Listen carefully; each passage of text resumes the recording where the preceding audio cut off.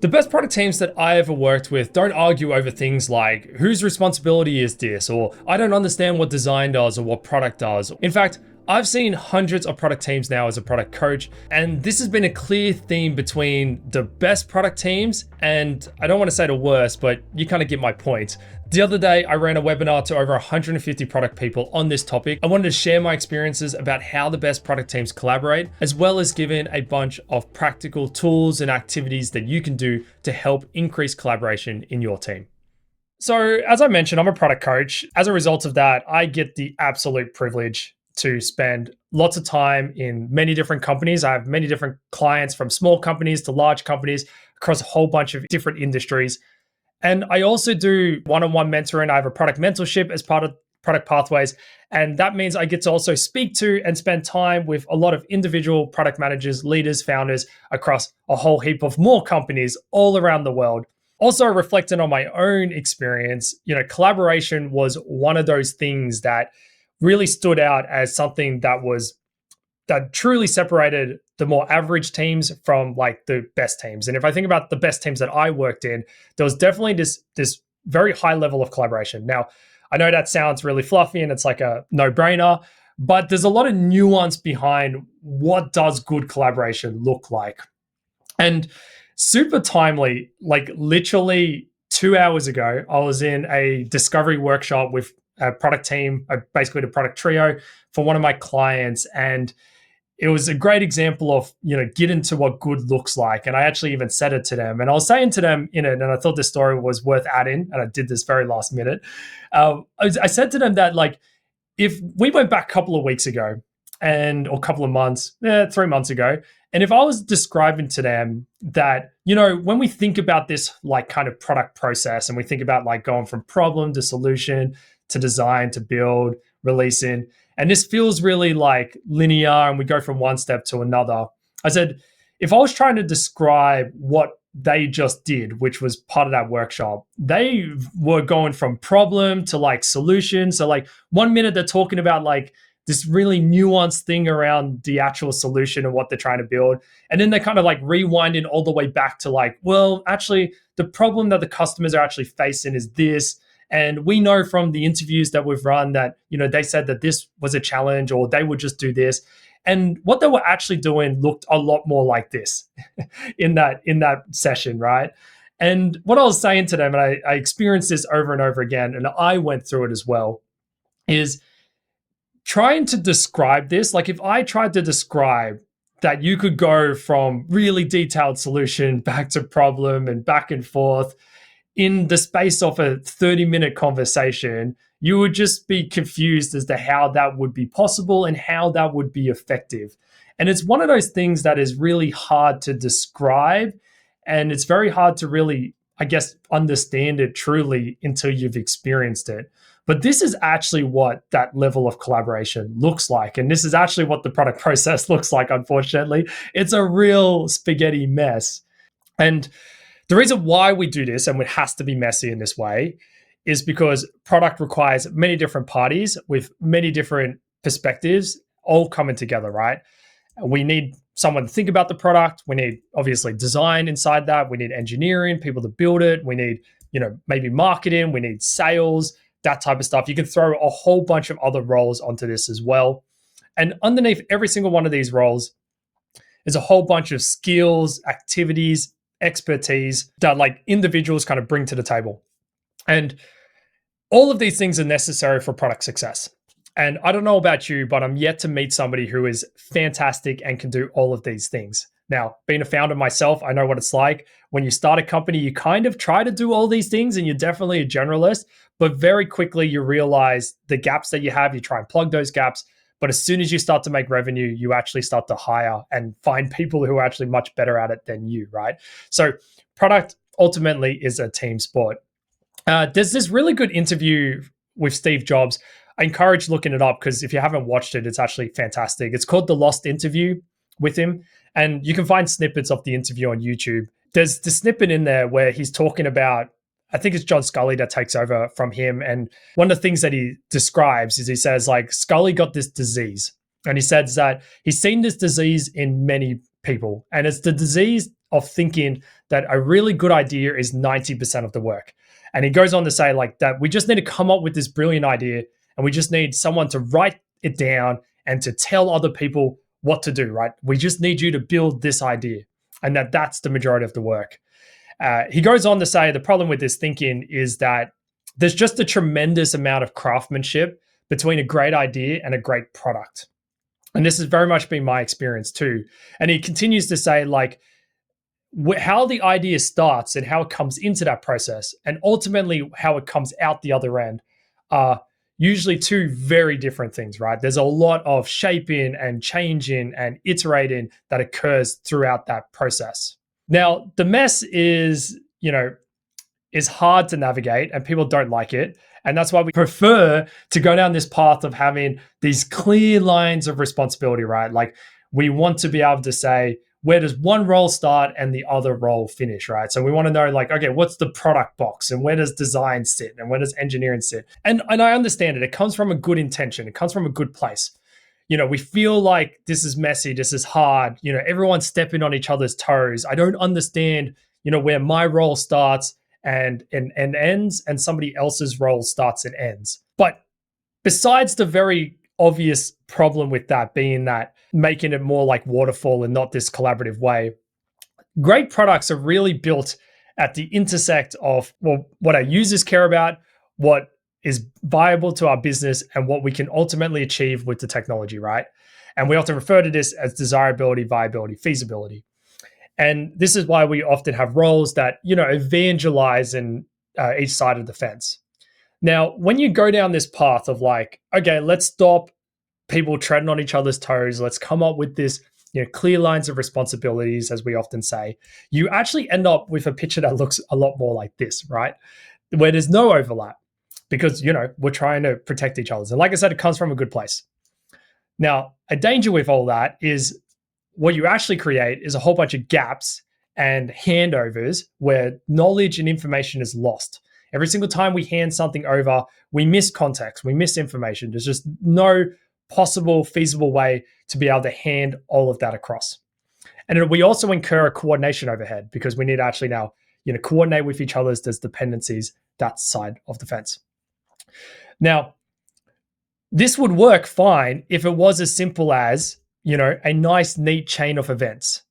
But because we have those gaps and because there's those knowledge is lost inside of those gaps, what ends up happening is that there's just a bunch of questions, right? Naturally. What do you mean by this? I'm not quite sure about this. How does this look? Does this actually fulfill the purpose? And there's more questions and more questions. And it's not isolated to any one point in time. It actually happens across every single time there's one of these gaps and one of these handovers. And it also doesn't just happen between two people. It often goes up and down through multiple people as well, which you sometimes end up in this game of like Chinese whispers type thing, right? Now, this also creates a whole bunch of other forms of waste, right? Where we're spending a lot of time going back and forth, clarifying things, and we kind of leave a lot up to interpretation. And like I said, it comes from a good place because ultimately, if you think about it, what are we trying to achieve with like these clear lines of responsibilities? Well, I'm actually trying to make each of these individual people's lives better, right? I'm trying to just let the engineers be heads down coding, right? Like, don't interrupt them. I just want them, and it's great. Like from your point of view, you're like, awesome. I have no meetings in my calendar. I don't need to talk to anyone. This is awesome. Like I could just like be heads down and do things. Although awesome, depending on your personality. I'm a bit more introverted, so it's great for me. But depending on who you are, maybe not. But whilst we optimize for the individual, what actually suffers is the overall picture, right? What actually suffers is the ultimate output that we create and the outcomes that we drive, because we have other forms of waste like knowledge loss. We have this back and forth between, questions and stuff. And this is ultimately one of the challenges and failings of waterfall. And Marty Kagan wrote a article quite recently, say recently, but it might be 3-4 years old now. But he was talking about the origins of product discovery, and he had a little bit of a good way of framing this in there. So he started using the term discovery, like product discovery, on purpose, because what he says in the article, in good teams, products were conceived by true collaboration between engineers, designers, and product managers. not by some product manager declaring these are the requirements, now go design and build this. Very much what Steve Jobs is describing in that interview as well. So we actually want collaboration, which means that we want overlap. Overlap is a good thing because that's how we work towards this intersect, by having overlap, by collaborating together. Now, I've reflected on my own career around this, and also, again, the teams that I'm exposed to. And what I've found is some of the best teams that I've been a part of took this even further. They were even more extreme than this, and they actually looked a lot more like this picture.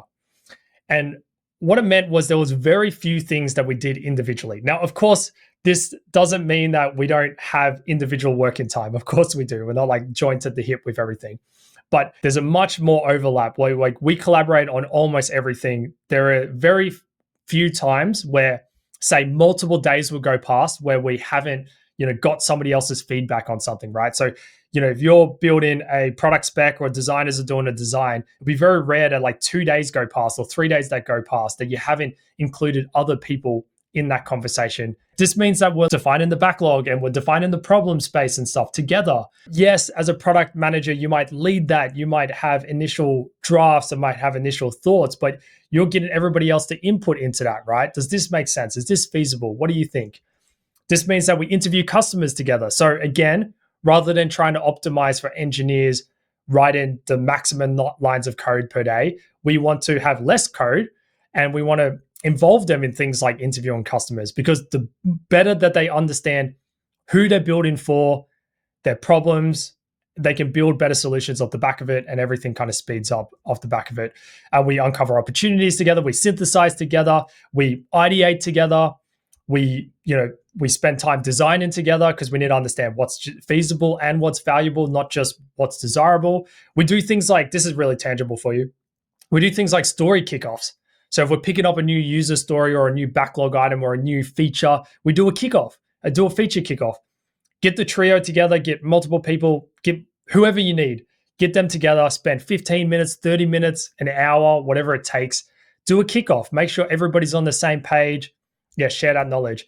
Again, this is the same on the build side. It's very rare that 3, 4, 5 days would go past that I don't see what we're building, right? We do things like desk checks or shoulder checks, as they often refer to. The engineers are constantly showing and sharing and communicating what they're building and where they're at, and we're getting feedback inside that build cycle. We do planning together, we release plan together, we release together as well. Like, this isn't about like product saying we have to release on this date, everyone, too bad. And engineers like, well, it doesn't work, so like you can release it, who cares? It's a group decision, right? Like, we release when we're all comfortable to release. We look at data together, and I can kind of rattle off a very, very long list. Jeff Patton said it pretty well at the start of his Passionate Product Leadership course. He says, whilst a single product owner may lead, product ownership and product success is a whole team responsibility, right? So what you're really trying to cultivate is co-owners of the product, bringing everyone together.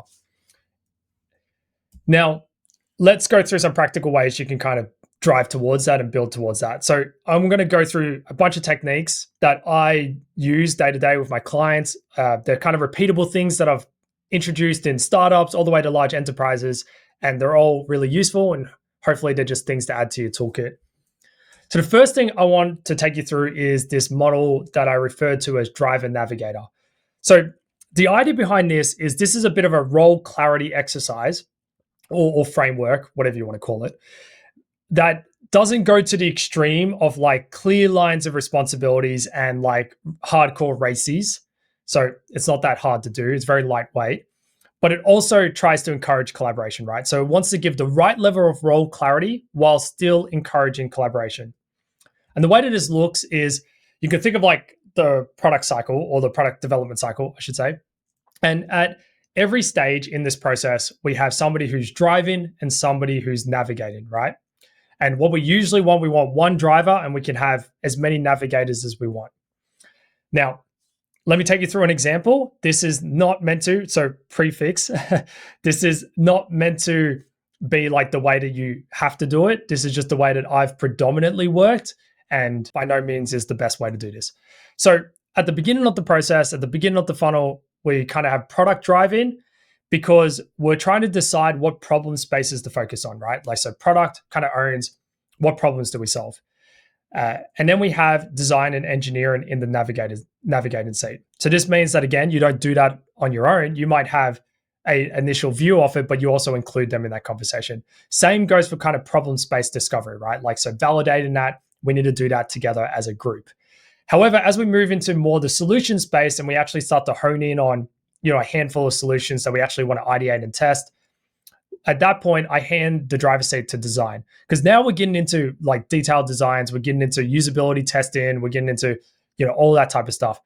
Design is more of the expert here. We're getting into their domain and their realm. At this point, product and engineering are now in the navigator seat, and that's because, again, we don't want to come up with this beautiful design that's not feasible or something that is not viable or doesn't work for the business, right? When we move into build, it goes over to engineering to drive, because, again, they're the experts at this stage. They're the ones actually building this thing. Product and design are in the navigating seat. And then it goes back full circle to product for release, and design and engineering in the navigating seat. And often that's because release is more strategic. When I say release, I don't mean the technical activity of releasing like code. I mean like releasing stuff to your customers. So that's why it's more for product decision as like, when do we actually release? But again, they're not going to do that without actually design and engineering being part of that conversation as well. And actually, I'll just like small little side tangent, but I'll give a very tangible example here of why that's important on the release front. One of my clients that I'm working with right now, we're doing a bit of work around like release notes for them, and just like a very small thing. But now you could easily go, well, release notes is an engineering thing. And then you end up with like a very probably techie focused release notes, right? That isn't really user friendly. Now you can then say it's a product thing, and then you would come up with more user friendly release notes that are great for users to be able to consume and read. But if you kind of say that this is actually a collective thing, you untap other opportunities inside that. For example, if design are not part of the conversation, any screenshots or whatever in your release notes or your change comms are probably just going to be that. They're going to be screenshots. They're going to be like, here's a screenshot. Whereas if you have this as a collaborative conversation, well, design can go, actually, I could create some bespoke graphics for that and make it look really cool. And yes, it's a little bit extra effort, but now your release notes look sick. They're slick. They're like really neat. They're well formatted. They got really nice graphics. It makes a huge amount of difference. And it's those little things that actually go really, really far, right? And that it's only going to occur through collaboration. Marty said in his book, Inspired, if you're only using engineers to code, you're only getting half the value out of them. And I truly believe that. And I believe that extends to other roles as well, right? If you're only getting designers to design screens, you're only getting half the value, if probably less. Same with product people. If product people are stuck building requirements documents, you are getting a fraction of the value out of them. Now, the biggest barrier or the most common barrier I run into is engineers getting more involved on the discovery side, right? Like they don't understand why they need to be involved with interviewing customers. I've literally had an engineer tell me, I get paid to write code, not to sit in meetings. So yeah, you kind of run into those challenges. Now, we want to encourage it for all the reasons above. And yes, we run into hard personalities sometimes, and some people just don't want to come to the party. But here are some really tactical things that I've done. So one of the ways that I like to run user interviews is, so when you include more people in user interviews, this isn't like, oh, we're going to have a cast of like 5 to 10 people all sitting in front of like one user and it's super intimidating. That's like a really bad idea. What you normally do is we have 1 or 2 people doing the interview. And then if you can, with permission, live stream that interview to somewhere else, right? So you could live stream it to like another room, and then you can have people in that room kind of live synthesizing, taking notes, discussing, and it's really, really effective. And then you can kind of include a wider group of people, and people can come in and out as well, right, as they please. Now, often I do that, like we take a meeting room or something like that, or if we're remote, we'll be live streaming and we might have like a call going where we're listening and talking to each other's and they can't hear us. But we thought, and that's what this picture is. So if you look at this picture, this is a team space that I worked with, the team that I worked with. And what I've circled there really badly with red is a TV. So this was a TV on wheels that we used because like people work from home and remotely. And we thought, why don't we use that TV? Why don't we stream the interviews live to that TV? And why don't we bring the customer and the interviews to the team? If they don't want to come to the interviews, why don't we bring the interview to them? And we had a hypothesis and a theory that if they could hear and see the value of it, that they will be more inclined to get involved later on. And sure enough, they overheard something that they thought was interesting. One of the engineers, actually one of them who was the more difficult one around this, actually ended up coming over and having a conversation about something that he overheard because he thought it was interesting. He was like, I didn't know customers did that. And I think he stayed for like an hour or two. I keep saying 2 hours when I tell this story, but my memory's probably fading on me on this one. But I actually hung around and had a conversation about that. And this brings me to another small side tangent, but one of my change principles is to show, don't tell. Like, you can spend a lot of time trying to convince them that, it's important and there's value in them coming to interviews, and they're just going to struggle to really see why that would be of value. So instead, let's show them, let's not just try and lecture them. So that's what we tried to do with the TV. So if you could do something like that, do it. Here's another really tangible thing that you can do if you work remotely or if you can't have that type of setup. This is a little bit more effort, but during your interviews, this is good practice anyways, always take note of like really key moments that people, like the little key snippets or quotes that people say. Then what you do, spend a bit of time going through the recordings and compile like a highlight reel of like your user testing or your interviews, and put together a 1 to 3 minute video of just highlights. Because if you share the recording of interviews, I'm telling you, people aren't going to sit down and watch a 30 to an hour long interview, and they're not going to watch several of them, right? But if you create a highlight reel, yes, it's a bit more effort, but they will watch the highlight reel. And if you can, this is a really good technique for stakeholders too. Share the highlight reel with the team, with stakeholders. They start to see, they get the value of it. They'll be more inclined to get involved in the future. Another one, which seems like a no-brainer one, but it's definitely worth calling out, is to obviously workshop together. So if we need to collaborate more, one of the first and most logical spots to do that is just in workshops. So if we're running something like an ideation session, which is what this picture is here, so that's sketching, also known as crazy eights, an ideation technique. If we're ideating, why don't we include the whole team? Why don't we include some stakeholders? Why don't we get a broad set of people to ideate together?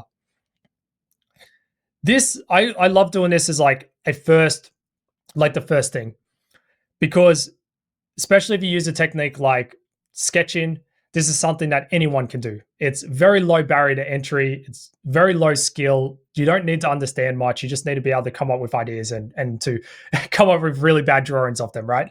So it's a really low barrier to entry. It's also fantastic because if an engineer ideates something and part of their idea ends up in the final solution, they end up building that final solution, and they can see how their contribution in that ideation exercise actually ended up in the final solution, right? They can see the value that they're bringing. Not only that, it's probably easier for them to actually build it because it was partly their idea to begin with, right? So they don't have all these questions about it. They got the context. They understand the solution because after all, it was their idea. So, things like ideation is a great place to start. Obviously, there's other places, synthesizing research, looking at data, customer journey maps, taking them through discovery playbacks, that type of stuff are great moments to bring people in. And it goes both ways. Like, this also includes things like release planning, right? That could be only engineers, or we can also include product in the conversation, or we can include product and design in the conversation. If we want to do solution design type stuff, we might get really, really techie in some of them, and that might be a little bit too far, but talking about it collaboratively is great. This is how you actually get to those trade-offs, because sometimes we can make changes in terms of design to make it easier to build. Like, we're not 100% wedded to the design. There's probably some things that are more important than other things. But if we go through the solution and actually get deep into like the architecture and how we're actually going to build this, and we start to realize things are difficult, then we can change the design. There's no problem with that. But the only way you're going to pick up those conversations is by being involved in those conversations, right? So definitely a one to think about there. A very low-hanging fruit. This one's a little bit more inspiring and aspirational, but I just wanted to throw it in here because it's definitely worth calling out, and it's a great example of what good looks like. So I want to tell a story about my friend Luca, who's the chap in the grey hoodie there. He picked a really good photo for this one. That photo is from his article. He wrote about this. and I've shared this a few times, and I've mentioned it to him that I've shared it as well. So, uh, so Luca in the grey hoodie there, him and a designer worked with both of them, and Luca epitomizes what I think about in terms of high level of collaboration. Amazing engineers that don't just want to build code; they actually deeply care about the customer. Luca knows discovery and design and stuff so well that I actually reckon he could facilitate discovery better than some product teams actually run it even on himself, even though he's an engineer, right? But he deeply cares about being an engineer and solving actual customer problems, right? And what they did, the designer and him, is they did this thing known as designing code. And this was a bit of an experiment, but it worked out really, really well. So just like you have like pair programming, right? Like two engineers sitting together and pairing. They basically thought, why not pair together for like design and engineering? Why don't we bring that feedback loop between design and engineering really, really small? And if you think about the problems that they're trying to solve, is what I described back at the beginning. Because often when we actually get into building something, that's when we run into all these feasibility challenges, and we want to make some of those trade-offs that I just talked about, right? Like maybe we can change the design a little bit because of these constraints. So they were thinking, why come up with the design first and then run into the constraints and then change the design? Why don't we run into the constraints and design at the same time? Why don't we do it in code, live, real time? So basically they paired together, they sat together, and they basically walked into it with like a back of the napkin kind of like sketch of what they thought they'll do. And as Tim started designing the screen and making it like what he thinks it should look like, Luca is actually doing it in the code, right? So we're not trying to go from Figma designs to code. We're just going straight to code, right? We're going to like drawing and talking and code. And highly collaborative. Obviously, it slows the coding down, slows the design down, but we do it together in real time, and we uncover those challenges together. And it's just a great example of that collaboration going both ways and getting design even more involved in engineering. And I know it's probably very aspirational for some, but it was amazing to see in practice, and I love it. And I'm so glad Luca wrote about it, and I'm so glad he lets me talk about it as well. And it was so good to see in action as well. And like I said, you just bring that feedback loop right down really, really small. I also think, just to touch on this one, with like AI and stuff and where AI capabilities are going with like how quickly it can rapidly prototype and how it can generate like code as well, I actually think this is going to be even easier to do. So I want to see more teams doing this, and I think AI actually unlocks that, and I think it's going to be even easier because you can get like AI to generate the first cut and the first cut of the screens and the code, and then you can start to edit it together, right? It's just going to actually make this a lot easier. Which probably gets me to the second last thing I wanted to touch on. One of the habits you've got to build here inside of a team is this constant stream of communication and this constant stream of collaboration off the back of it, right? So you need information in order to collaborate. It's hard to collaborate when you don't have context and you don't have information. One of my litmus tests with teams that I work with is like, I like open Slack and I like just look at how much chatter is going, right? Like how much do they message during the day? If there's a high volume of conversation, that's generally a good sign versus a low volume, like nobody messaged each other during the day. If you're in person, you can just kind of like hear the conversations on the floor. Like how noisy is it? Not to a ridiculous, chaotic degree, but just like a little hum, right? There should be like a hum, a heartbeat going on. Now, if you really want to start to build this habit, there are some ways that I've done it with teams and been very intentional about it. So some of them, obviously you can do things like daily stand-ups and stuff, but I'm a big fan of doing, especially asynchronous, just getting everyone to do like a daily share or a daily, highlight reel at the end of the day. And it doesn't need to be daily. You can start with weekly. But what you're trying to do is get them to basically just share, create a forcing function. I want you to just share anything that came up today that was, that just came up that was interesting, relevant, or even just anything that came up. We can be the judge of whether it's interesting or relevant, right? And what you tend to do over time is you build this muscle where the team is used to sharing information. Because where you want to get to, is you want to get to a place where they're sitting in a meeting and they hear something and they think, oh, so-and-so or my design lead should be involved in this conversation. And they, in that moment, they jump in the Slack, they message that person, and they start to share the information to them and maybe even pull them into the conversation. But you need to build this habit, right? Other ways to do this is obviously you can start to do those kickoffs, those desk checks. If you're working really remotely, Loom videos are great for this. So I've worked in a remote team where they used to do an end of day. We used to do end of day Looms as like handovers. So the team that was like overseas, they're the ones building. So they would do like a demo. They'll do a Loom video, share a screen of what they built that day, right? Like where did they get to? And sometimes it's just walking through their code, right?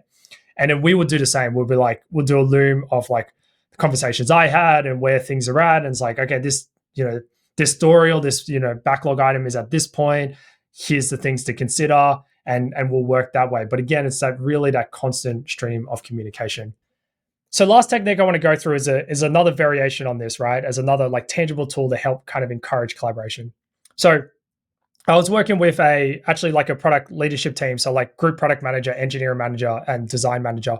And they weren't collaborating. They weren't talking to each other's. And, in my head, if they can't collaborate, there's no way we're going to get the teams to effectively collaborate, right? Like, because we need to lead by example. So I wanted to tackle there first.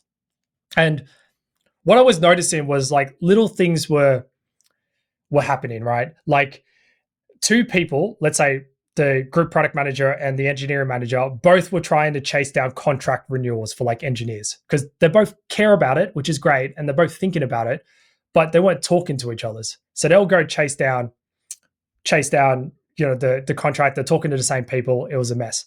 So what we started doing, and I've done this a few times now, big fan of doing this in general. When I work in product teams, I do this as a product trio. So like I'll do this with my design and tech counterparts. Just start the week with a lean coffee. For those who don't know what lean coffee is, you can go Google it, but essentially it's an agenda-less meeting. So you sit down for the first minute, you just come up with like, what are all the things that are on the top of mind for this week? And then we prioritize them and we discuss. And what you tend to find is 60%, maybe even more, there's overlap. Like we're all thinking about the same things. So great, let's now plan and talk together and work out how do we collaborate rather than us all thinking about the same things and working individually, right? And those contracts was something that was happening just as a real tangible thing. Is a great example. It's like, okay, are you going to tackle it or am I going to tackle it? Now, they'll both be in, good people and good leaders and having high agency. So they're both trying to solve this problem. They just weren't talking to each other. So lean coffee, starting your week like this is a great way to do it. Cool. If I was to summarize all this, and if you were to take away anything from the last 30 minutes I've been talking, obviously product is a team sport. But I think the main thing is like, if you find yourself going down this path of like, arguing over who's accountable for what, trying to create those clear lines of responsibility. Just remember this picture and maybe call a timeout. And I think you'll be far better off maybe trying to use something like the driver navigator model, but even just shifting the conversation away from roles and people and shifting the conversation towards the work and what do we need to achieve? And then how do we rally ourselves around that? Is always going to be a far better position to be in. So I think this is probably the key thing. Watch out for this. If you start going down that path, try to be more like the right and don't fall into the trap of being like the left. If you enjoyed this video and you want to learn more about how some of the best product teams operate, check out this video that I did about how top product tech companies approach shipping new features and products. And if not, well, hope this was valuable to you and appreciate all the support and watching. I'll see you at the next one.